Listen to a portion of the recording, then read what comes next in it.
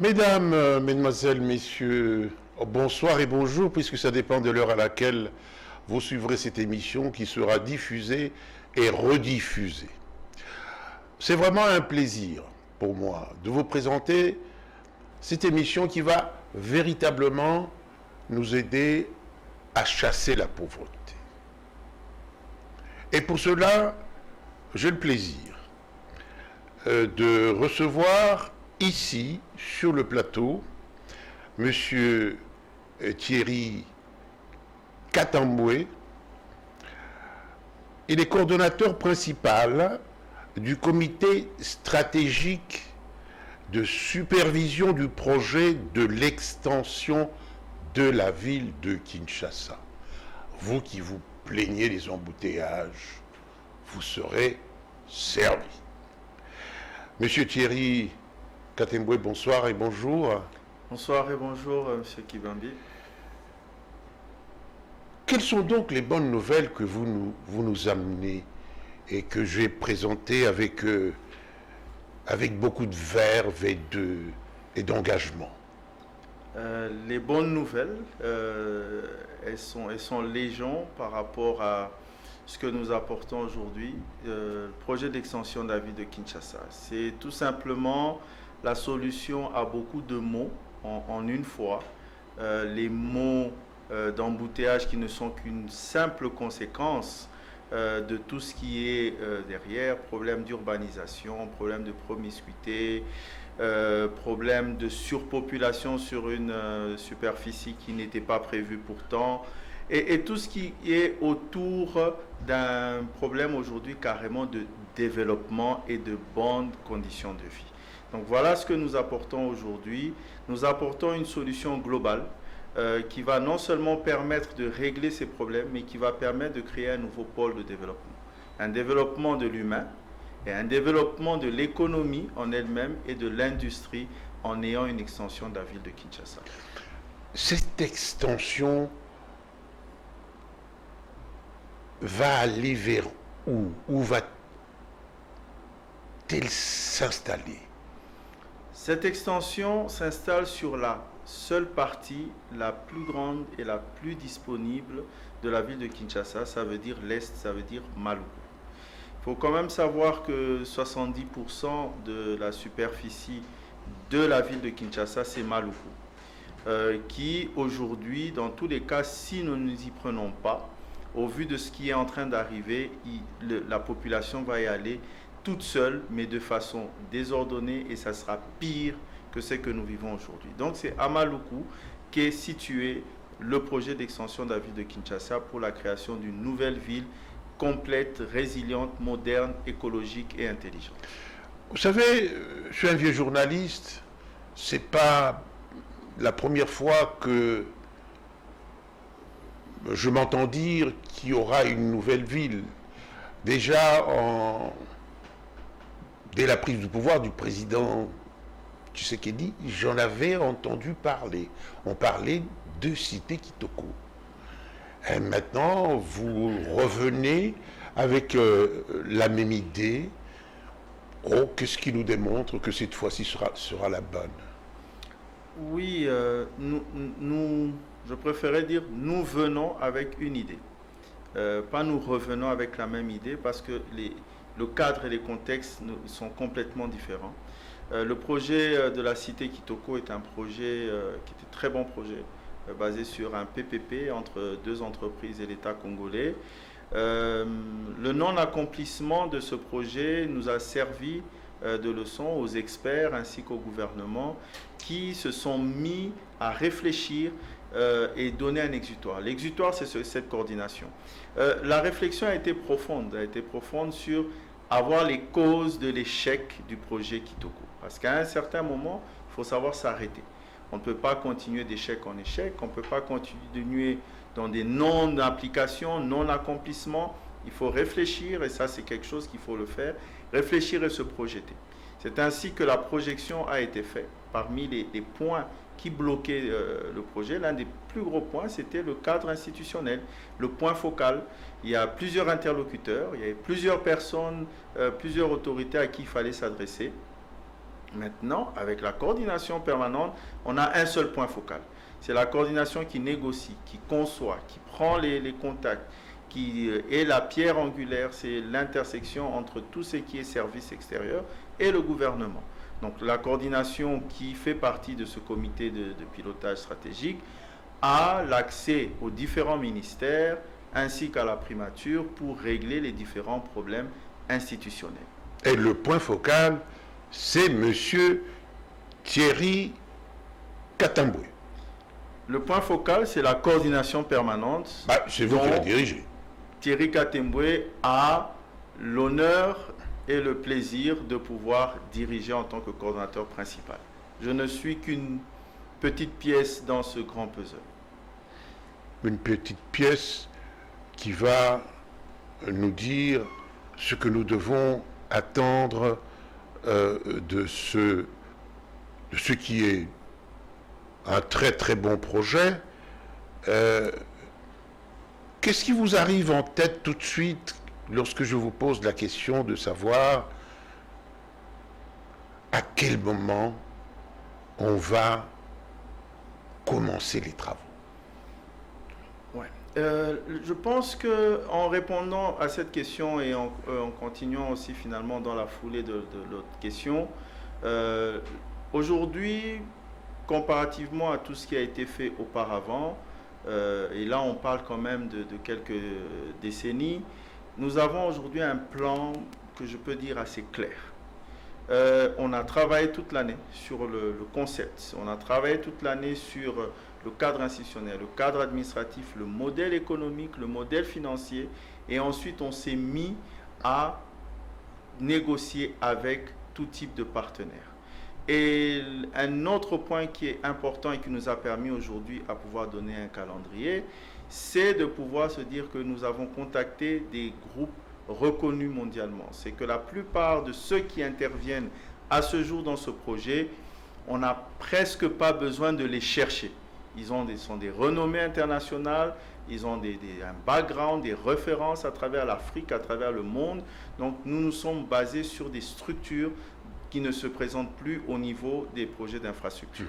Alors à partir de cela, on a réalisé je peux dire un plan de zone, parce que là encore, on est en train de répondre. Aujourd'hui, nous avons Kinshasa, on se plaint et on a construit là où il ne fallait pas et tout le reste, tout ce problème d'urbanisation. Nous avons, sur base des premières études qu'on avait réalisées sur le site qui nous a été octroyé par le ministère des Affaires foncières, nous avons pu faire une zonification. De cette zonification, on sait où est-ce qu'on mettra notre zone agricole, notre zone industrielle, la base logistique, ainsi que tous les aménagements urbains. Sur base de cela, nous nous sommes créés des priorités. Et dans ces priorités, on s'est dit, voilà, afin de consolider le projet, il faut déjà avoir quelques îlots de projets qu'on a nommés comme ça, qui peuvent démarrer tout de suite, mais tout en ayant un respect des normes, ça veut dire des études valables, des études transmises, un plan de financement, un modèle économique, tout est fait et ainsi, après, seront intégrés dans le master plan général. Et c'est ce que nous avons fait aujourd'hui, ce qui nous permet de dire que l'objectif est que le premier travaux puisse démarrer avant la fin de l'année 2024. Et on est en train de travailler tous les jours pour ça avec toute l'équipe afin de pouvoir atteindre cet objectif. On compte démarrer les premiers travaux avant fin 2024 et prouver à tout le monde, à la population, aux partenaires, à tous les niveaux, que ce projet est réel et va se faire et commence à se faire. Là, déjà, les jeunes qui ont encore des reins solides commencent à rêver. Parce que c'est un projet qui va demander beaucoup de main-d'œuvre, beaucoup de travailleurs. Vous pensez créer combien d'emplois déjà au départ? Il faut qu'ils rêvent. Je suis assez meurtri de me rendre compte qu'à un moment donné, les jeunes, les Congolais ne rêvent plus. Dès qu'on sort légèrement des sentiers battus, tout le monde nous considère nous prend pour des rêveurs. Oui, nous devons rêver, comme ces jeunes qui doivent rêver, parce que les emplois sont effectifs. On a fait un travail, on a fait des sorties, on discute avec des organisations sérieuses pour l'encadrement des jeunes. Au démarrage des travaux, sur les 3 premiers mois, sur la cité industrielle, on a besoin de 10 000 emplois. On a 10 000 jeunes qui vont avoir du travail sur les 3 premiers mois, ça c'est sûr et certain. Vous savez, Monsieur Katamboué,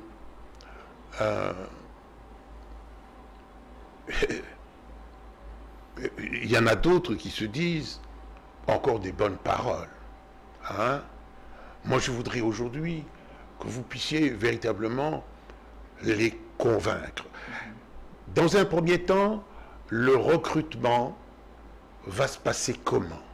Parce qu'il y a beaucoup de personnes qui chôment et qui n'attendent que cela. Déjà, d'abord, j'insiste, il faut vraiment qu'on y croit. Il faut vraiment qu'on y croit parce qu'aujourd'hui, ce n'est plus une option, mais c'est une nécessité, même une nécessité urgente. Absolument. Quand on voit dans quelle situation on se retrouve aujourd'hui, ce n'est pas du fait d'une personne ou du fait de 10 ans ou 5 ans ou 6 mois ou 1 mois, mais c'est le fait d'une accumulation. Cette ville a été prévue pour 1 million d'habitants. Aujourd'hui, nous sommes à 17 millions. Au départ, on disait même 450. Oui, au départ, on disait même 450 000, puisque même dans les planifications pour le marché Zando, c'était prévu pour alimenter 450 000 personnes. Après, bon, on s'est fait des largesses, peut-être pour se faire une bonne conscience, on s'est dit que c'est 1 million. Mais aujourd'hui, on est à 17. Alors, comment est-ce qu'on peut espérer avoir une bonne qualité de vie, avoir un bon développement humain dans cet environnement? C'est devenu quasiment impossible et on sait que ça va encore augmenter de façon exponentielle. Donc, nous devons y croire. On ne doit pas se dire que c'est des belles paroles. Ce n'est pas le projet de Thierry Katemboué, ce n'est pas le projet du CSPVK, c'est le projet du peuple, c'est le projet du chef de l'État, c'est le projet du gouvernement, parce que c'est une nécessité, vraiment une nécessité. Et en plus de cela, c'est le projet qui, j'en suis persuadé, va chasser de la pauvreté. Peut-être pas la pauvreté dans son entièreté, donc ce projet va chasser de la pauvreté.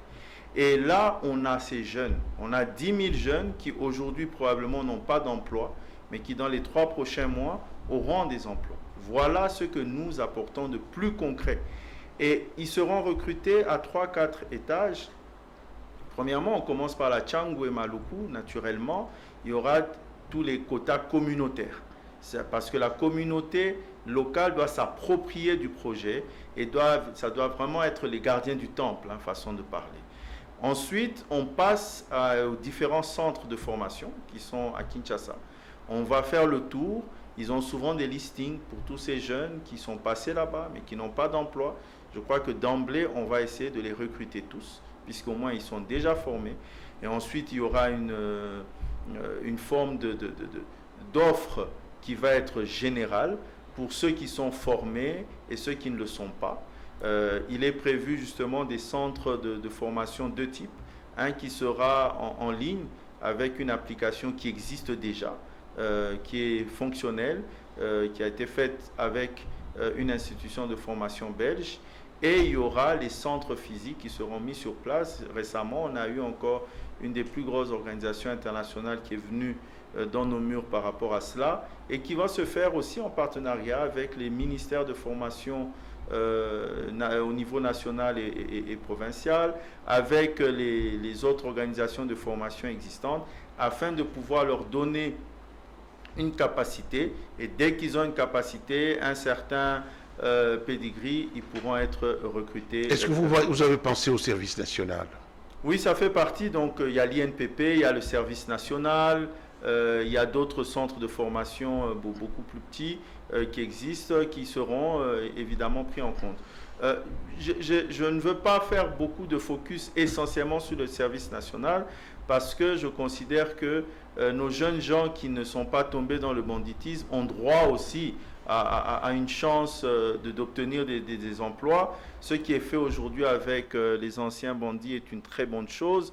Et je pense que ça donne de l'envie aussi à ceux qui ne se sont pas versés dans le banditisme d'être aussi bien pris dans ces conditions-là. Donc nous allons leur donner aussi cette opportunité de pouvoir demain avoir de l'emploi et de faire des plans de vie sur 10-15 ans. Alors, pour que le rêve ne soit pas comme ça, un rêve perdu, il y a quand même des difficultés.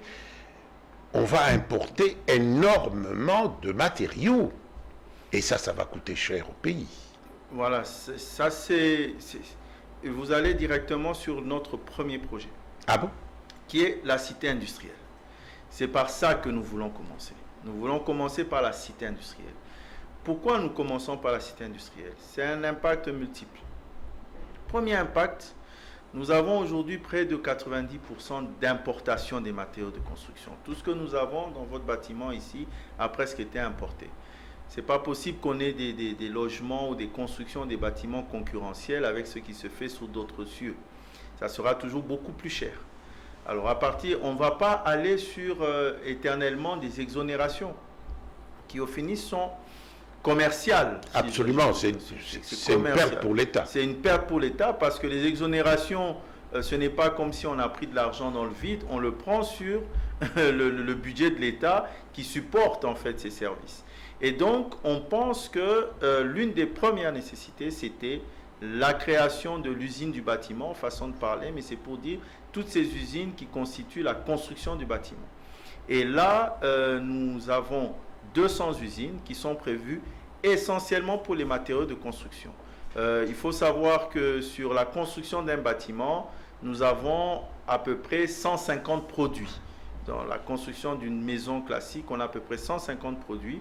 Nous aurons autour de 200 usines spécialement qui seront construites sur les 12 premiers mois, qui sont des matériaux de construction pour pouvoir baisser le coût de construction de la nouvelle ville, mais automatiquement avec un impact pour le reste de la ville de Kinshasa. On aura nos maisons construites à moins cher et ainsi que le reste du pays qui sera lié Quels sont ces matériaux?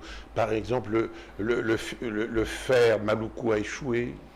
Oui, il y a le fer à béton, il y a la peinture, il y a les portes, il y a toutes ces tables, il y a tout ce qui est profilé en aluminium, en fer, il y a les poignées, il y a les vitres qui vont être fabriquées là-bas avec des mines qui seront exploitées de silicate au Congo central. Il y a des panneaux solaires avec le silicate encore qui pourra... Il y a plusieurs produits qui pourront être développés. La sidérurgie de Maluku a échoué pour multiples raisons, aussi des raisons de matières premières. Je pense qu'à l'époque, il n'y avait pas autant de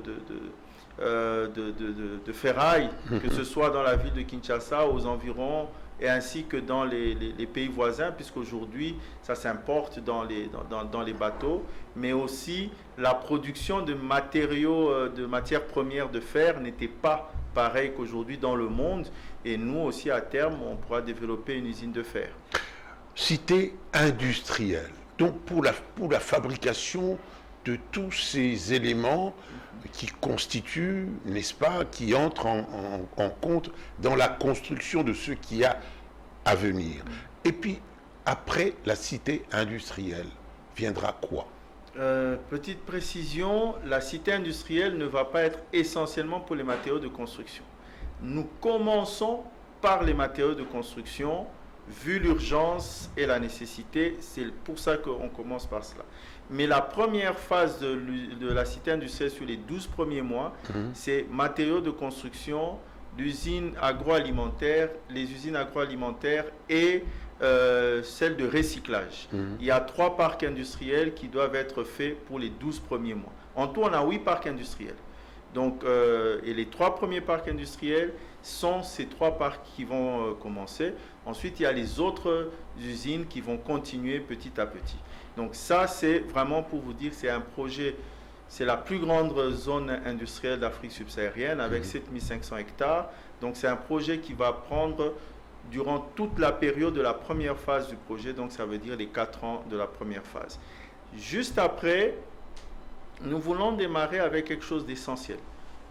qui aura un impact encore sur la vie du Congolais, c'est le transport fluvial. Aujourd'hui, on a développé un projet pour désengorger Maluku, pour promouvoir l'accès à Maluku, avec un projet qui est fait avec une banque de développement qui va de la baie de Ngaliema jusqu'à Maluku, avec des mini-débarcadères dans les différents quartiers et 3 mini-ports sur des zones intermédiaires, afin de permettre à ce que les gens pourront se déplacer de la baie de Ngaliema, de Gombe, de Limete jusqu'à Maluku via le fleuve Congo. C'est un projet dont les études aussi, comme la cité industrielle, sont déjà entièrement faites et transmises.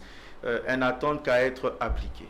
Et ce projet-là, pendant qu'on est en train de construire la nouvelle ville, on va déjà impacter la vie du Quinois, la vie du Congolais, parce que un bon nombre n'auront plus besoin de passer par le boulevard Lumumba, mais vont repartir vers le fleuve.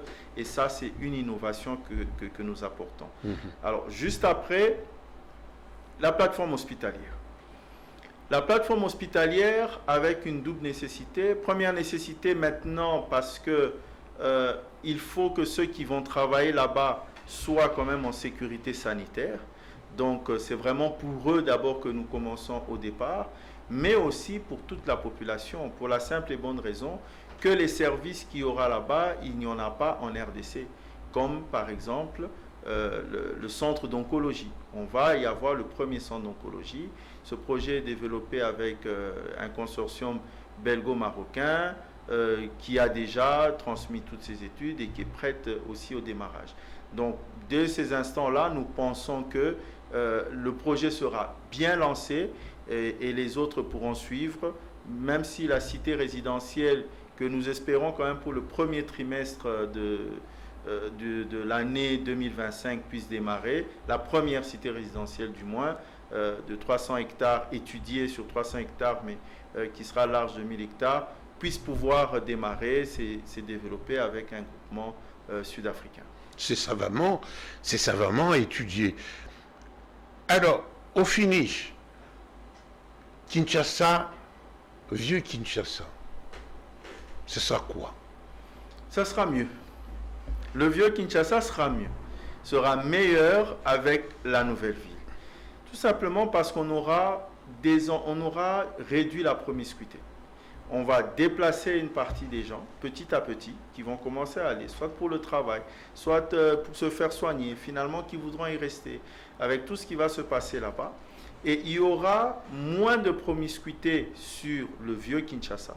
Et ça permettra un certain relooking beaucoup plus facile, parce qu'il y aura maintenant moyen de se dire, on rase un quartier et on sait où les reloger, et on refait le système de drainage, on refait l'assainissement, parce qu'aujourd'hui, c'est quasiment impossible. Si on doit casser des routes, où est-ce qu'on les emmène?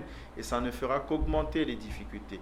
Donc, avec l'ancien Kinshasa sera meilleur et prendra, je pense, plus de valeur que ce ne l'est aujourd'hui.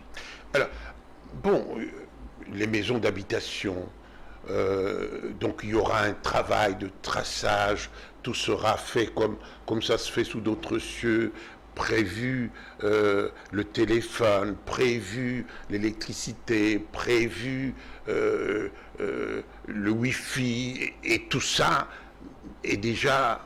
Oui, exactement. Voilà pourquoi est-ce que nous sommes passés par un plan de zone et par un master plan global avec des détails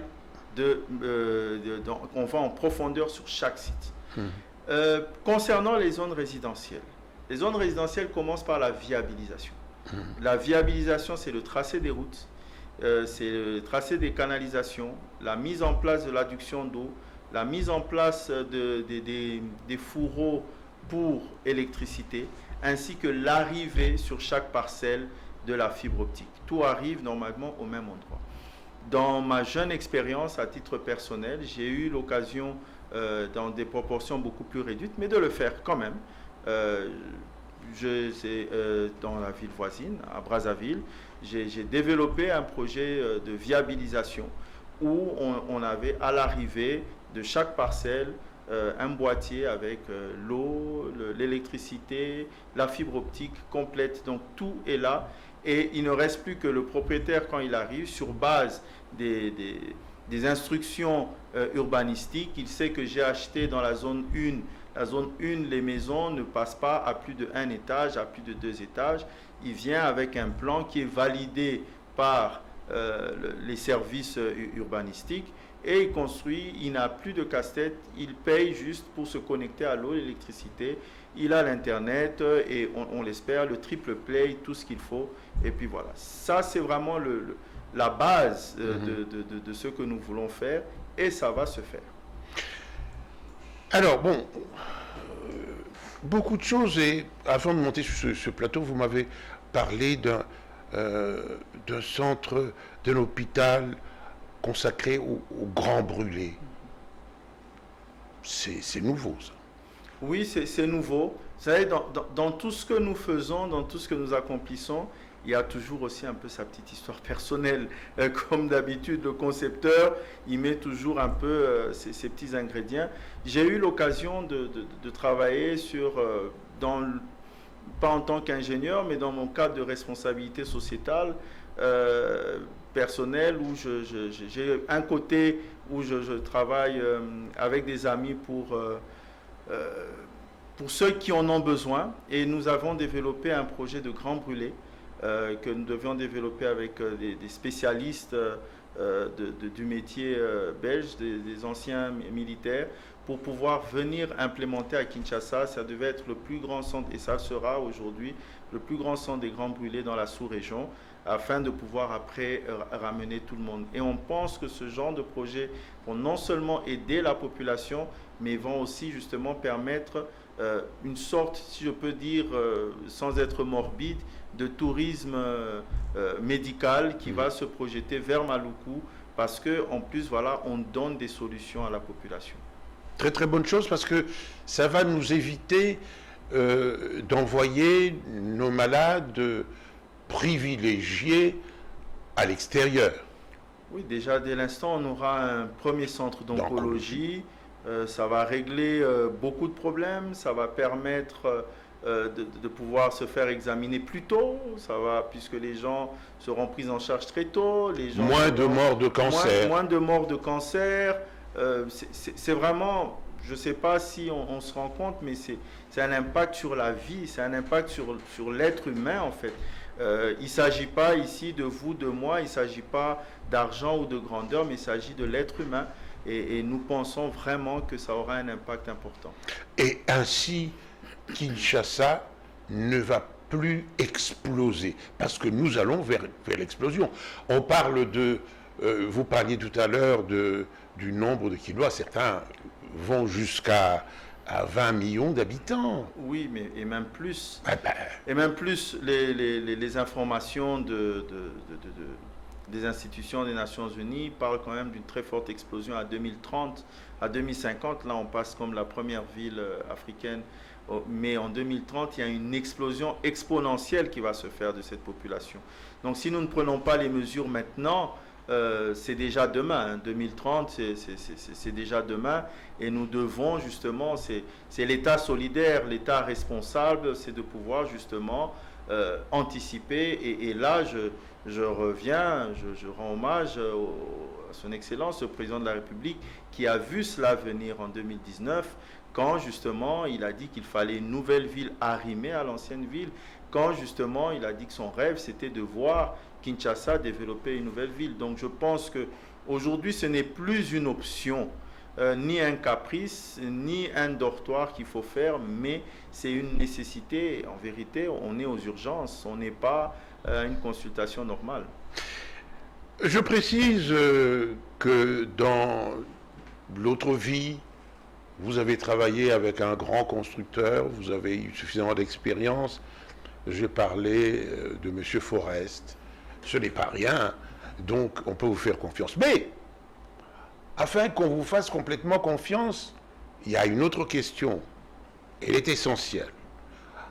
Aujourd'hui, quand on va vous écouter, on va se dire « Ah, M. Kateboué a de l'argent. Voilà la personne qu'il faut fréquenter. Est-ce qu'il ne faut pas commencer à voir comment aller se prendre un petit million comment les choses vont-elles se passer? Je voudrais vous mettre à l'abri. Oui, oui déjà, première chose, en toute sincérité, ce qui m'embête quand je me retrouve devant vous aujourd'hui, voilà, d'abord c'est un honneur, mais ça date de combien d'années qu'on vous a suivi avec beaucoup de fierté. On était tout jeunes, on vous a suivi beaucoup de fierté.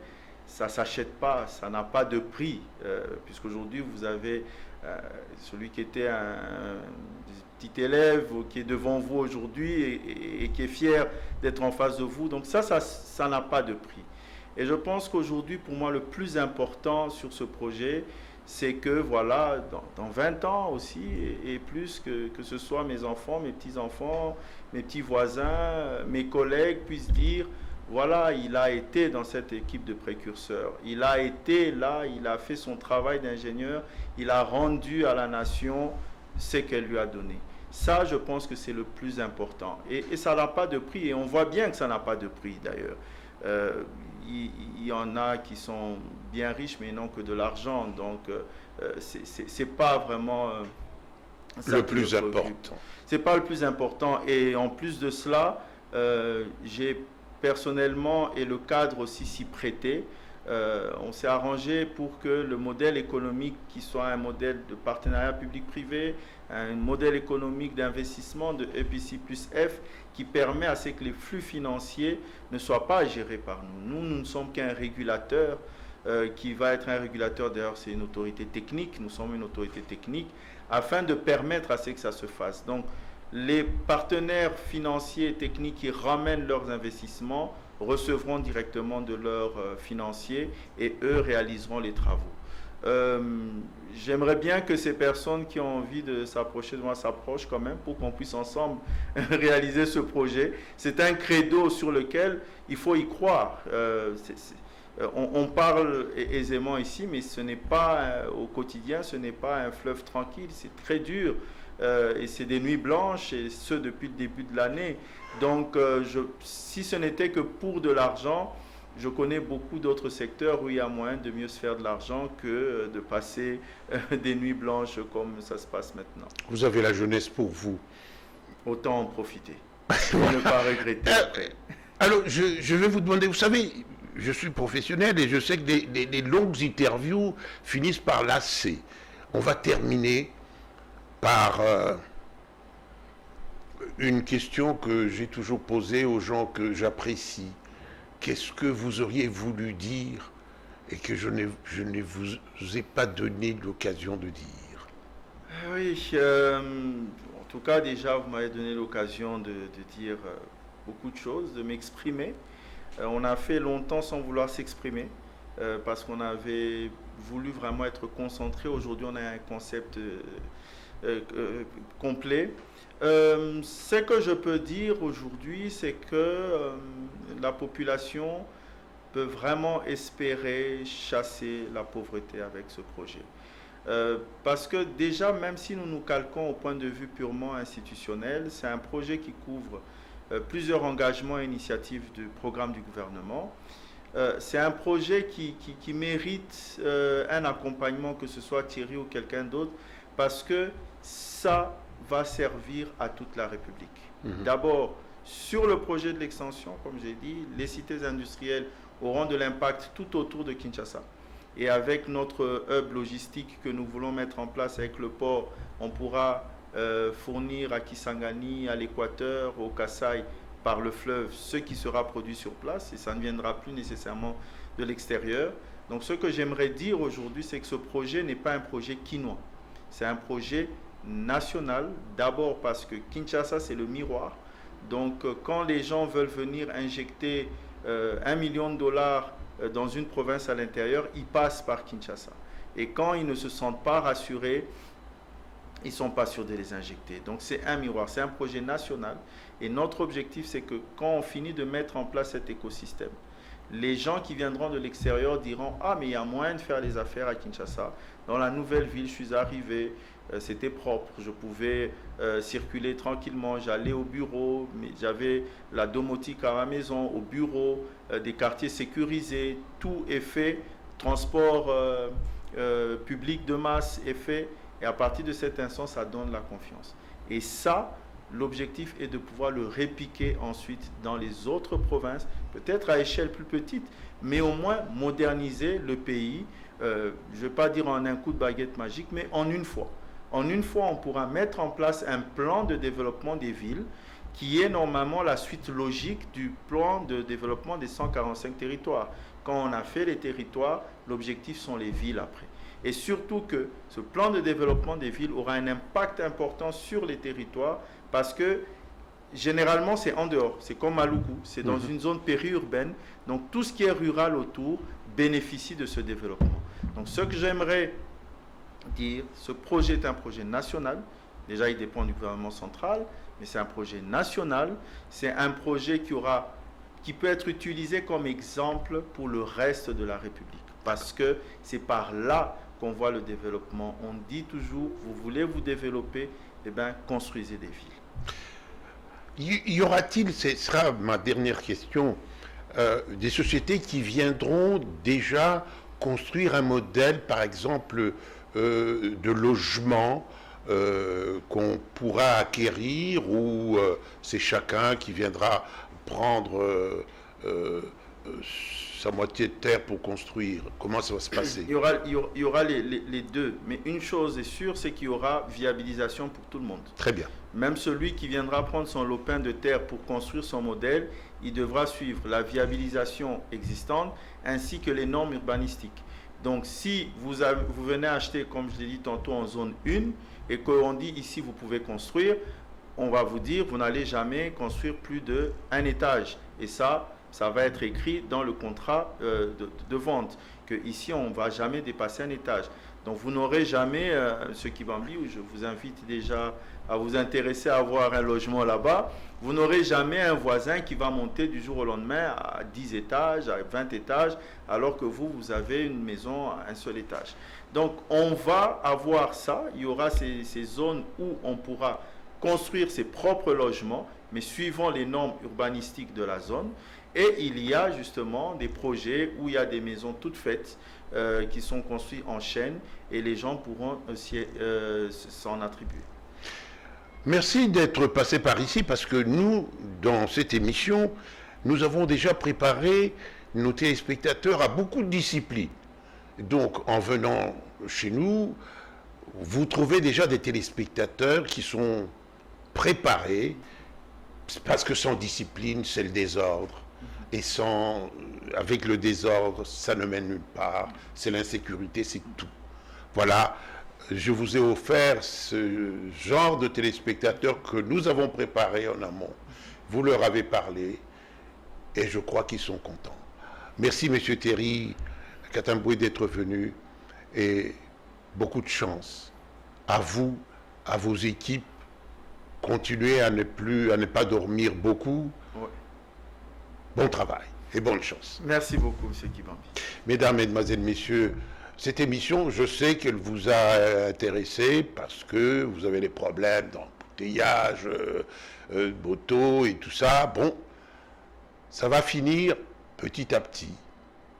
Croyez d'abord dans ces projets parce que M. Thierry Katamboué a été tout simplement convaincant. Katamboué n'est pas frère à... il est tout simplement citoyen du monde. Il vient du Katanga comme moi. C'est un plaisir d'avoir reçu un jeune frère qui m'a connu depuis Lubumbashi et avec lequel on va évoluer dans cette grande ville de Kinshasa, enfin transformée. Bonsoir et bonjour chez vous.